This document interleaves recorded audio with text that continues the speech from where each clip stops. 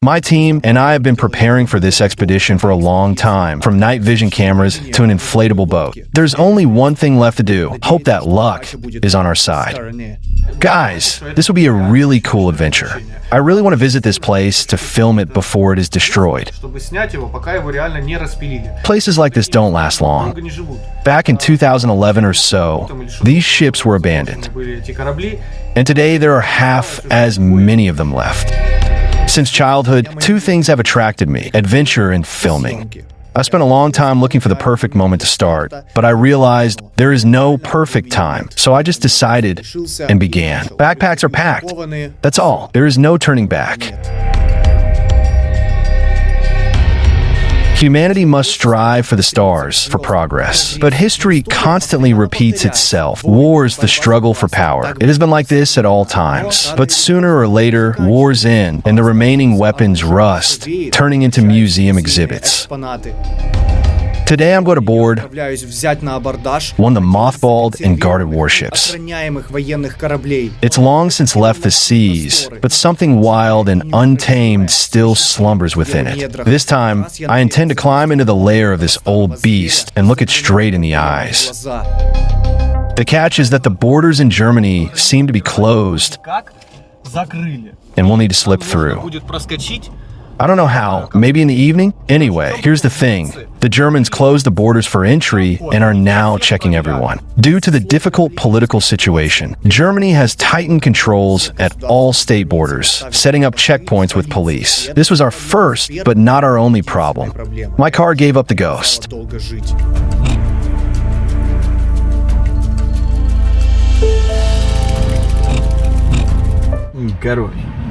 The gearbox broke, and the cops are coming our way.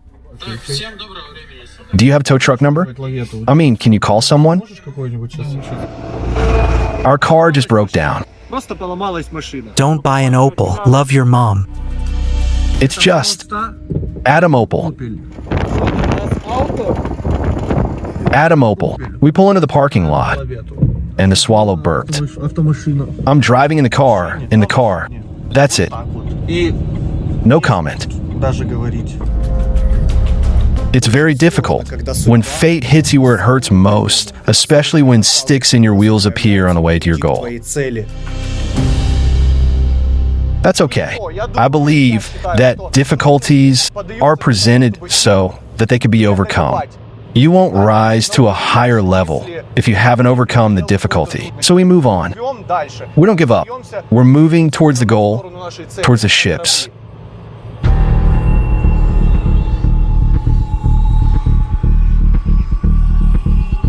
We're approaching the border already.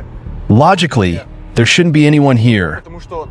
A comrade said that there's just a bridge over the river here. We're approaching it right now. There will either be someone behind this, or there won't be. I'm really nervous. Logically, there should be a checkpoint here. If we get stopped, the expedition will fall apart. My documents are all in order, unlike my film crew. For these border guards, we are illegal immigrants. Now, dude, wait. I'll think about what we should do. There were police officers there. I don't know if they will come after us or not. It's quite possible. Let's hope there is no checkpoint ahead. I'll try to drive through here as quickly as possible. Half an hour later, there was no one behind us. We need to transit the country right through it.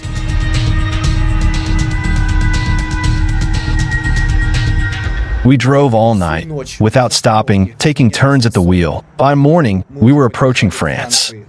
But it's not that simple. Our destination is in the middle of the bay in a cove, and it is guarded. That is, we have a water obstacle. We have a boat. With this, we will overcome it. But there are 4 of us, and each of us has a 15-kilogram backpack. So it'll be a shuttle run back and forth on this boat. Let's see what happens. So far, nothing is clear. But one thing is clear, we will arrive at our destination by evening. 2,000 kilometers behind us, but the hardest part is ahead. A real test of professional suitability. A special operation codenamed Minstrua.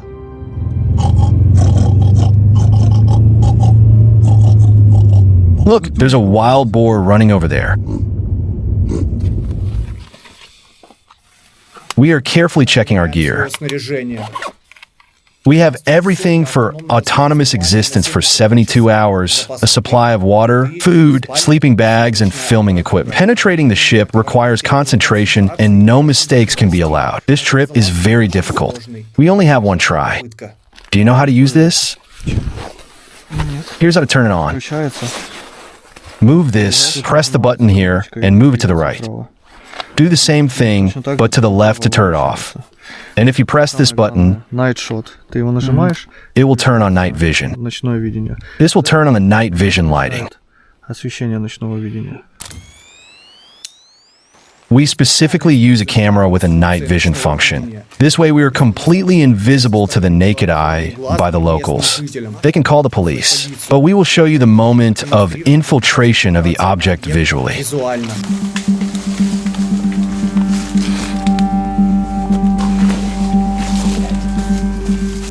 You can't see anything on the water. It's important not to break the camera. It's difficult to hold on. The center of gravity is shifting in the wrong direction. The cliff is high here. 2 backpacks. Be very careful, guys.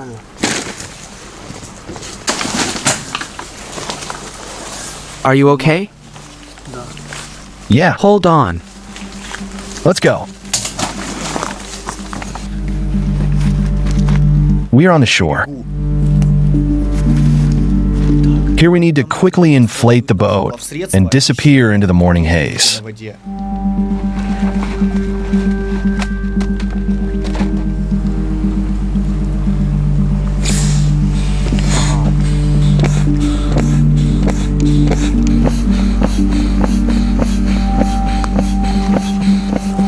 You know, I'm not afraid of security or anything like that.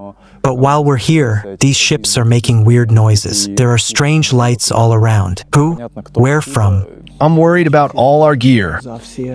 We have quite a lot of it. We have filming equipment, survival gear, food, and other stuff. All this is worth about $15,000, if not more. Cameras, stabilizers, sleeping bags. I really don't want all this to get wet. I hope the boat will support us all and float us out safely. It's not that far to swim, but we'll have to swim past the first ship to see if there are 2 or even 3 more, and figure out which one we're climbing onto. I'm afraid of the unknown. If we're caught, then who knows what will happen, what the penalties will be for infiltrating this military facility. We're in another country, and it could be dangerous. The darkness of the night is driving us behind us. Ahead is the light of distant stars urging us on. There's the Titanic, there's the Britannic, and this is the Urbanx. Well, tailwinds to us and 7 feet under the keel. I'm not going to watch you do this. I'm going to need to lean back.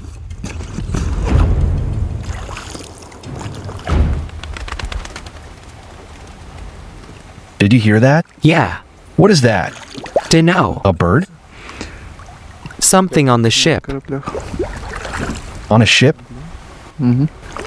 Seriously? Look, there's a hull. They don't seem at all hospitable in the night.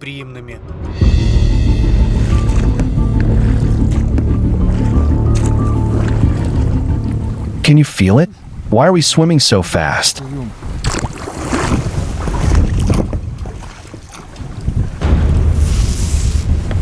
Will it be visible? Yes, I see it. There's the chain. You can clearly see that I'm scared. My eyes don't lie. I'll stop filming for now. Don't do that. Okay. We're almost there.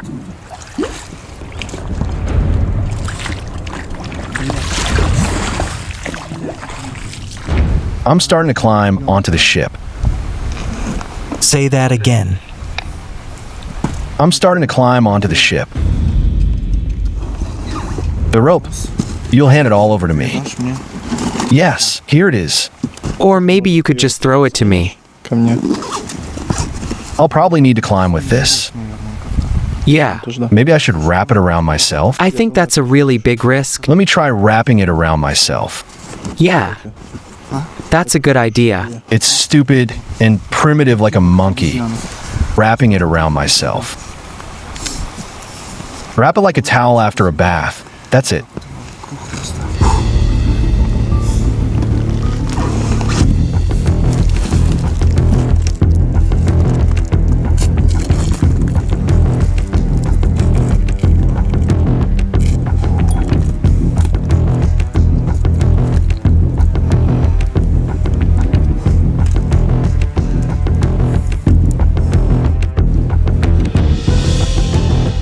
A sailor is swimming on a ship. He doesn't yearn for land. He makes friends with the wind and the waves. After all, the sea is his home. I'll give you a rope now. Andre, take the rope. I'm filming the drama.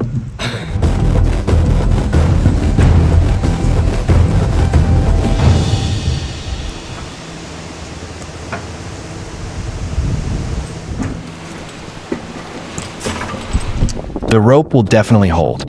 The main thing is that this doesn't. Let's work. I started pulling. We pulled all the backpacks and equipment onto the deck with the help of the rope. Done. I just can't believe my eyes. We are on board one of the two ships. But which one we should take? That's still unknown. But we've already opened the entrance to this ship. That's why we hid the boat and moved the things, and now we're going to bed. Principal photography will begin tomorrow. Just being here gives me goosebumps.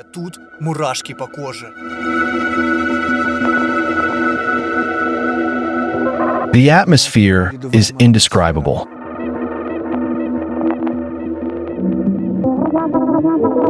The starry sky is simply strewn with lights. You won't see anything like this in a big city. The moon lights our way. Our vision has already gotten used to the darkness, and we're alone here. We're simply in a graveyard. A graveyard of warships. It's mind-boggling.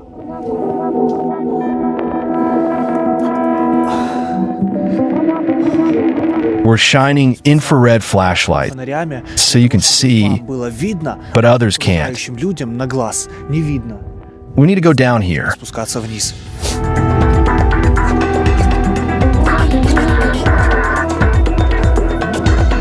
It was a difficult journey. We need to rest. Here is the only door we managed to open with our bare hands.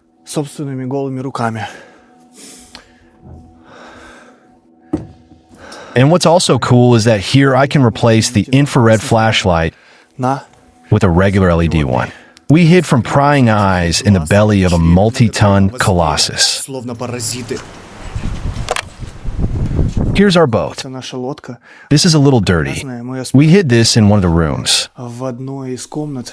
It looks like a bathroom or a wash basin.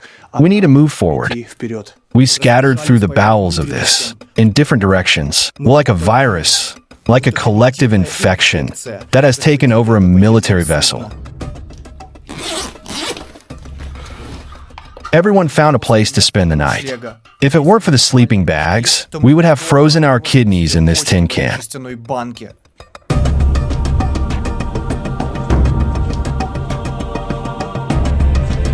Now we're ready to explore the ship.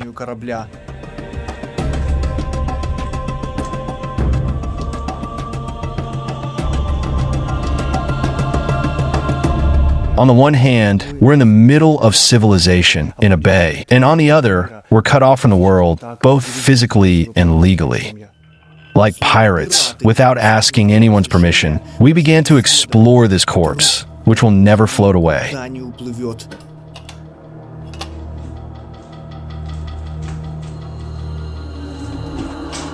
Yes. The ship was mercilessly plundered or dismantled. It's not clear, but there's still a lot to explore here. For example, these switches. The desire to touch every detail here is stronger than me. A spirit of permissiveness reigns here, as absurd as it sounds. Here, most likely, was the marine compass, which is like a gyroscope. But it's no longer there. Once upon a time, everything here was in working order. But now the ship is mothballed. It took a lot of people to operate this ship. Once there were about 90 people here, the crew, including officers and sailors. This was enough to operate all the systems from navigation to weapons and provide defense in combat conditions. Hello? No, he's not home. He's not coming out. He's grounded. Okay, let's go. I'll show you what's basically here. This corvette is built for anti-submarine warfare. It participated in operations, including missions in West Africa and support in Libya. This served for almost 40 years, combining combat power with patrol and humanitarian missions. Apparently, this ship had several torpedoes. Here are the torpedo tubes, the mounts from which they were launched. There are several of them. There are 2 here and 2 more there. That is, this ship could launch torpedoes in 2 different directions. This was equipped with 4 550mm torpedo tubes. They were designed to combat submarines. Torpedoes were needed to combat underwater targets, but could also be used against surface targets. But their effectiveness was lower back then, since they were optimized specifically for destroying submarines. The temperature on the ship is now about 20 degrees Celsius. I'm hot. In general, this is a huge labyrinthine system. It's not clear where to go. There are a huge number of rooms and floors, different technical rooms. Now I'll try to go down and see what awaits us there.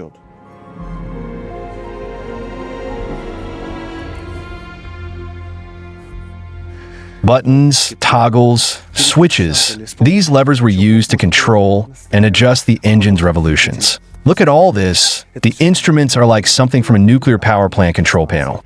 But it's just the control system for V-shaped internal combustion diesel engines, which are located right over there. This is the very place from which the ship was propelled. 2 cast iron hearts. They pump power tirelessly. This is the first one, and that is the second.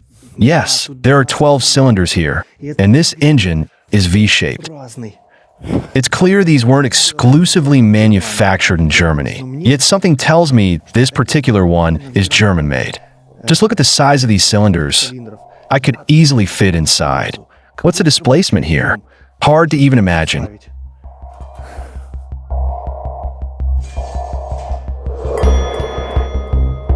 Hard to imagine, yes, but in fact, it's equipped with 2 diesel engines producing a combined output of around 12,000 horsepower. That's roughly equivalent to 24 passenger cars. It used to reach a top speed of nearly 43 kilometers per hour, but today its maximum speed is 0.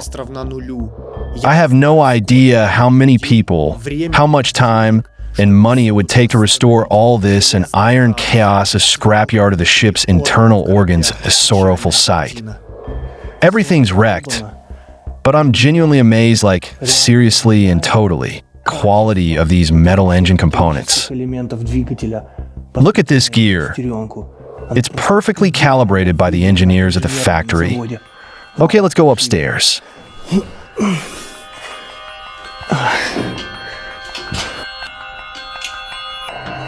The total displacement is roughly 120 liters, 60 liters per each of the 2 engines.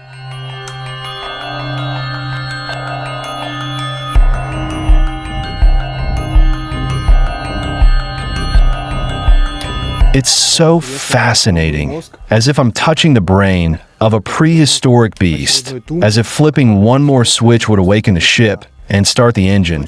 But the miracle won't happen. It was decommissioned by France in 2018. Due to its design features, the vessel experienced difficulties in rough sea conditions.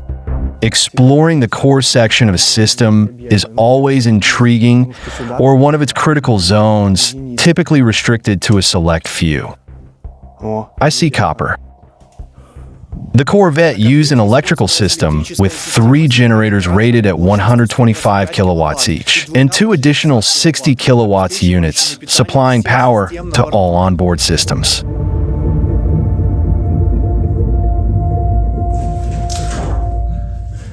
All these shelves were used for the personal storage of sailors' belongings. You were allowed to take on board only what you needed.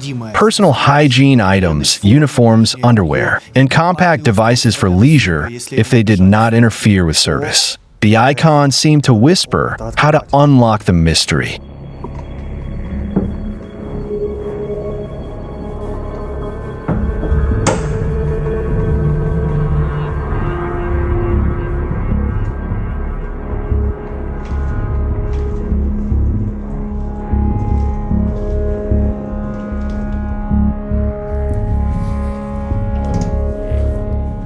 The ship is structurally segmented into watertight compartments. If any section is compromised by flooding, it can be isolated, thereby preserving the vessel's overall buoyancy.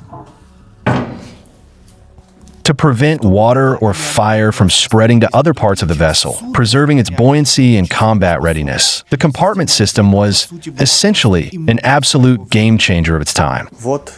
Here's a vivid example. A scar on our ship, a breach that could have flooded the entire compartment. Observe, these are mounting frames for circuit boards or modules, though all hardware has been dismantled. And only the connectors remained. Feels like I'm staring at the skeleton of some beast that used to be deadly. Shiny bones meticulously gnawed by hungry maggots, holding wire cutters in their hands.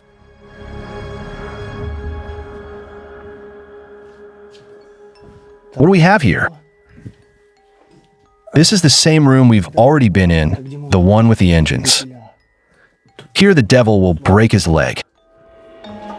We're on the ship, and it might already be past noon. I can literally feel myself reeking. Just imagine how the sailors must have smelled working here. That's why they had rooms like these. This is the laundry room, which included 2 washing machines and 2 dryers.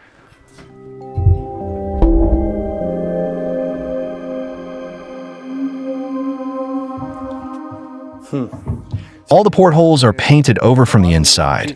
It's unclear why. On a military ship, attention to detail is hard to overstate. Everything here is built with strict precision, even this kitchen. Once life boiled here, and liquid bubbled in the pots amid noise, aromas, and motion. Steaks used to be laid out here, fish was chopped over there, and over here, a huge, heavy-set cooked sliced pastries. But today, no one chops anything and nothing's bubbling anymore. Curious about the function of this device. What was it doing? Was it designed to tap beer kegs?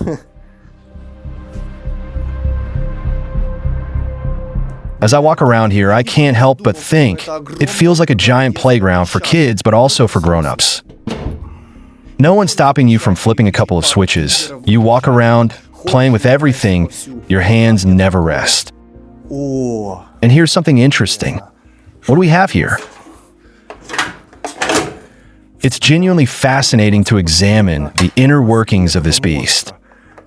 What was its logic? What was its operating principle? And how does it work?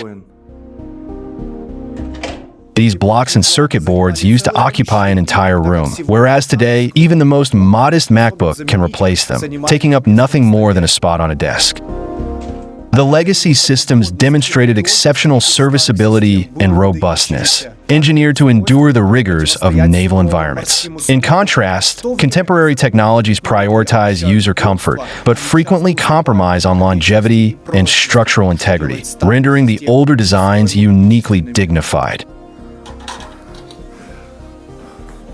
What a complex system. Just think about it.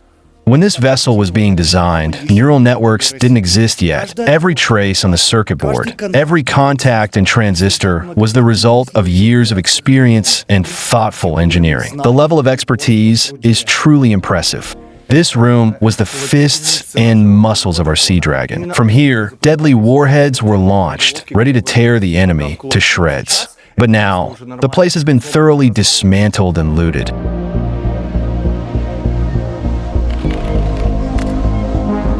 Outfitted with a comprehensive suite of devices, including radiation monitors, radar arrays, sonar systems, and electronic countermeasures. The vessel was capable of executing anti-submarine and anti-aircraft missions while ensuring accurate navigational control. It was from these very rooms that the ship's life and death were controlled. This is where incoming enemy missiles, torpedoes, and approaching threats were tracked. 3 main radars were installed on board for detection, for fire control, and for navigation. These radars made the ship truly combat capable, allowing it to respond effectively to threats at sea. These systems were the eyes and ears of the entire crew. Without them, every sailor will be trapped here like a sardine in a tin can, blind and deaf to approaching threats.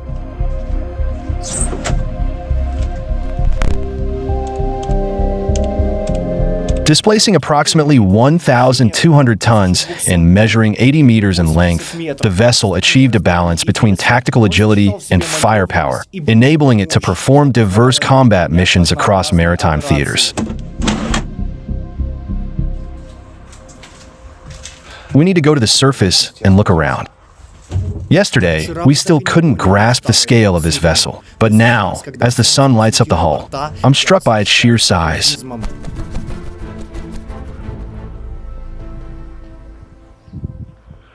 We are standing in a real graveyard. There's even a special silence here. Just a sea breeze. And a quiet.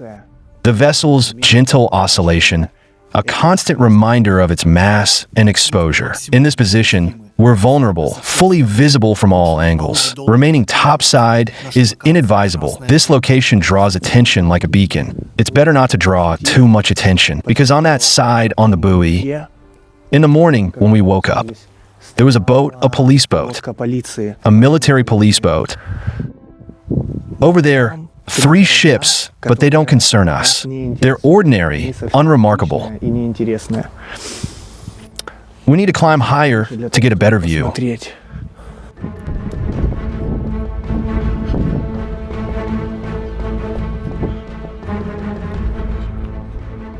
We've been living inside the Corvette Lieutenant Laval for a full day now, commissioned in the late 1970s. We've seen everything we wanted, but there's a silent neighbor, one we haven't found a way into yet. The adventure continues.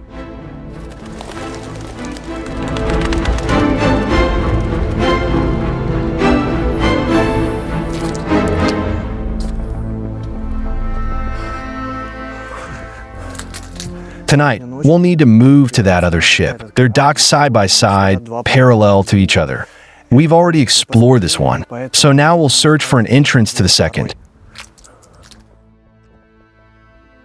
All doors on the second ship are tightly shut, and the ones that do open are locked with massive padlocks.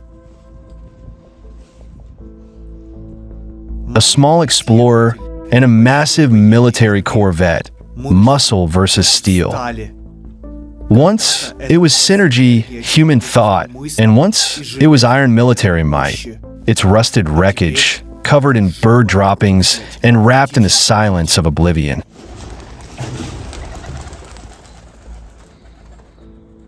A kingdom of pigeons. We must enter the second ship at any cost. Otherwise, this journey becomes a question, not an answer. So now I'm on the second ship. Now I need to find the entrance.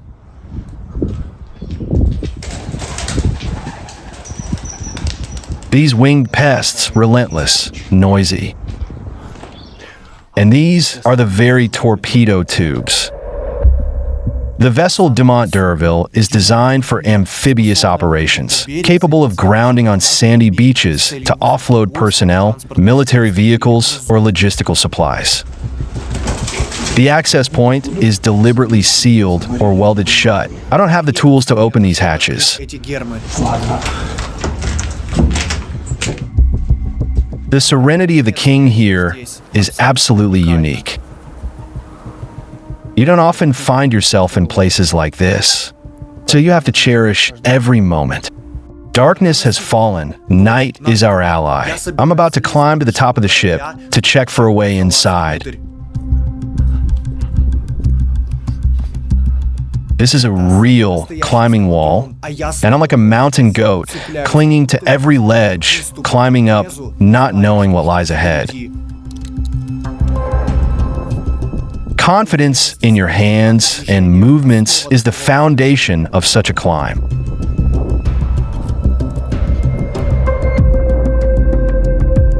We got lucky and found a hidden entrance.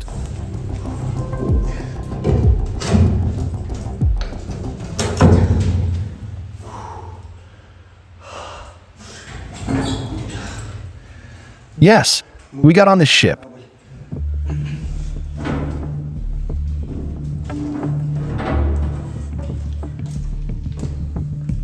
Forged for burden and battle, she carries 300 tons of fate, 120 souls, and 12 iron beasts.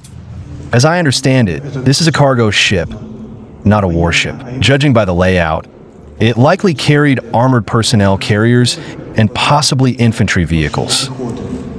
The ship also features a helicopter deck capable of receiving aircraft weighing up to 5 tons. It truly is a maritime truck. This whole ship is completely empty. We'll take a look at the main sights now, and then head back to our ship.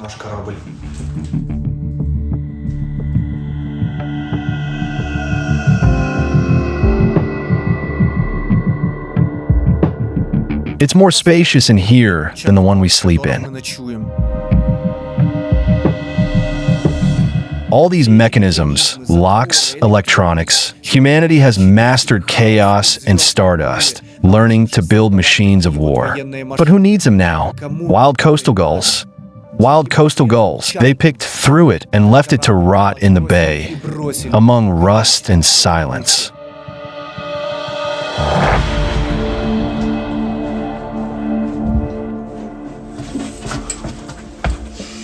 The smell here, it's something else. And the place, it's amazing. All these colorful little things, buttons. My inner child is thrilled. Just look at all the knobs, switches, dials, indicators. It's absolutely awesome to see it all. Looking at the remnants of this sea shuttle is truly mesmerizing. In a short while, all of it will vanish. The engine room looks even worse than the one on our ship. The smell here, like my dad's garage. Diesel motor oil, the scent of subway tunnels, paint, gasoline, bomb shelter air, factory dust. This is a base for a true urban explorer. I have to crawl like an underground monkey through these iron jungles. In bunkers, bomb shelters, and boats like this one. I've always loved powerful diesel generators. I've taken a photo of every single one I've seen, and this won't be an exception. Snap me now. I want it in my collection. Capturing myself like a rider on a steel horse, that's my thing. I feel like the master of this place. I've been exploring sites like this for 13 years, and each year they grow more complex and fascinating. My passion doesn't fade, it only burns brighter. Challenges only fuel my curiosity.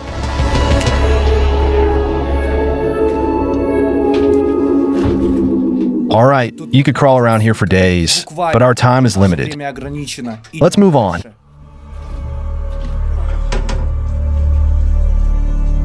Obviously, this ship is not that interesting.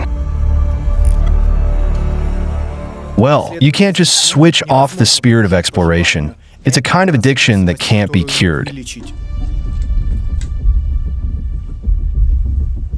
In the silence of the captain's bridge, every instrument holds a story of roads and invisible routes. The flashlight glides across weary dials, revealing traces of time, witnesses of storms, salty winds, and long days at sea. Every corner here preserves the imprint of the past, just like the computer room, where empty cases and drawers recall the days of intense activity.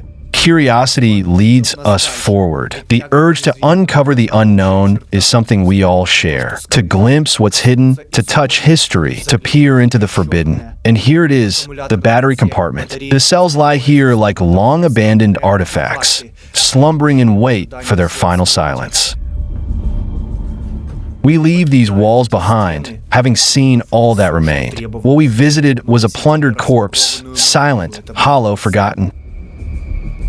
I walk into the depths of the cargo hold, where the ship whispers its last secrets to me. I do not turn around. My silence is the farewell.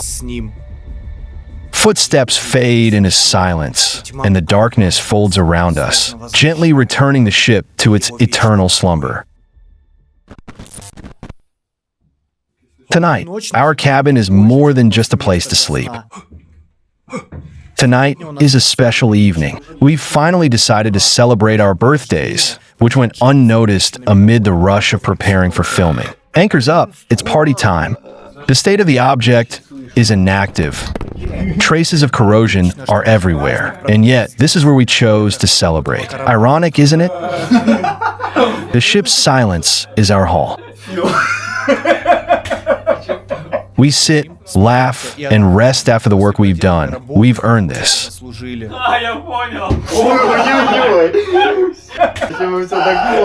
Inside these walls, life softens, as if we're hearing the echo of a world long gone. Beyond the battered hull, the weight of recent days drifts away. There's only laughter, garlands, and conversations until dawn. Sitting in a dim room, we wished each other not just happiness, but more rooftops, more tunnels. Some wanted height, some wanted swamps. We laughed, recalling our night missions. In this enclosed space, we find a glimmer of true calm, something each of us might quietly strive for, deep within. And perhaps, in this fleeting moment of happiness, in the silence of this refuge, we discover something meaningful. We begin to understand that there are things far more precious than fears, ambitions, or the noise of the outside world. Tomorrow we'll leave this place, but this moment will stay with us, always reminding us how simple it is to be alive and how much around us goes unnoticed. We live our lives, often unaware of what truly surrounds us. How much money is invested in wars and weapons? How many lives are sacrificed for someone else's ideas? How many mothers cry in vain? Today's society is so advanced and interconnected that thinking about darkness seems almost absurd. Yet while some live in comfort and ease, others are forced to survive in active war zones. I want our children to never know what war is. I want a peaceful future. I want a clear, quiet sky above their heads.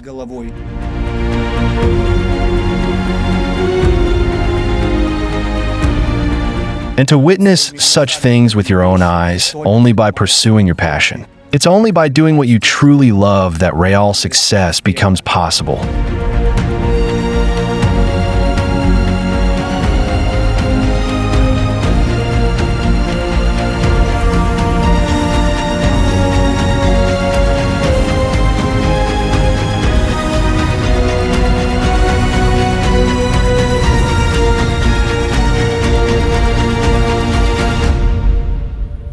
This is Project Urbanx.